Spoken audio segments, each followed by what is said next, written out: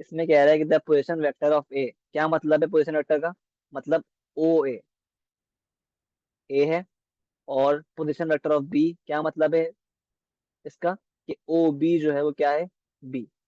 अब कह रहा है M is a point on A B such that A M ratio M B is equal to 2:3। ठीक है। अब देखो, हम एक चीज ड्रॉ करते हैं। लेट्स से ये ओरिजिन है ओ, सही है। आपको बेसिकली एक पॉइंट है ए, आपको ओ ए गिवन है। क्या गिवन है? ए। ठीक है। आपको लेट्स से ये पॉइंट बी है, ओ बी गिवन है। गिवन है। क्या गिवन है? बी। अब वो कह रहा है कि ए बी जो है उस पर एक पॉइंट एम है, मतलब ये ए बी है। ए बी ये हो गया है ना। तो ए बी पर एक पॉइंट एम है। किस तरह है कि A M ratio M B जो है वो 2:3 है। मतलब एम बेसिकली जो है वो करीब है ए से। ठीक है। सच दैट कि A M ratio M B क्या है?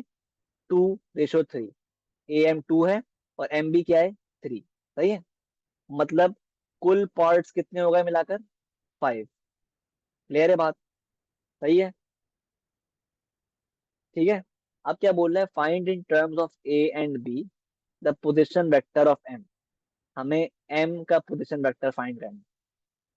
ये मतलब ओ एम फाइंड करना है। तो ओ एम निकालने के लिए मैं किस तरह मूव करूंगा? मेरे पास दो पॉसिबिलिटीज हैं।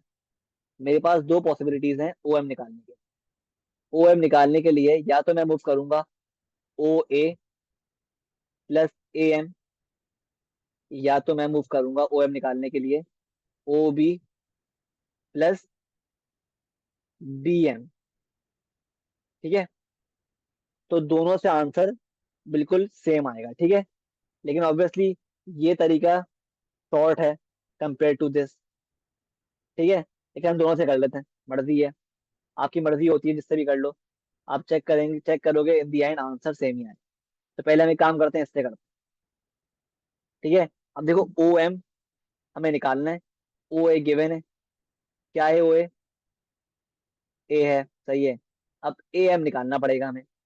तो अब ए एम निकालने के लिए हम क्या करेंगे? ए एम कितने पार्ट्स है? 2 पार्ट्स है आउट ऑफ 5। तो क्या कर देंगे? 2/5 ऑफ ए बी। अब क्योंकि हमें ए बी गिवन नहीं है, तो पहले हम क्या करते हैं? पहले हम ए बी निकाल लेते हैं। ए बी साइड में निकाल लेते हैं।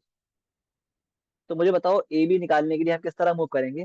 हम मूव करेंगे ए ओ प्लस ओ बी, है ना। ए बी निकालने के लिए हम ए ओ मूव करेंगे, यानी इस तरह। फिर ओ बी।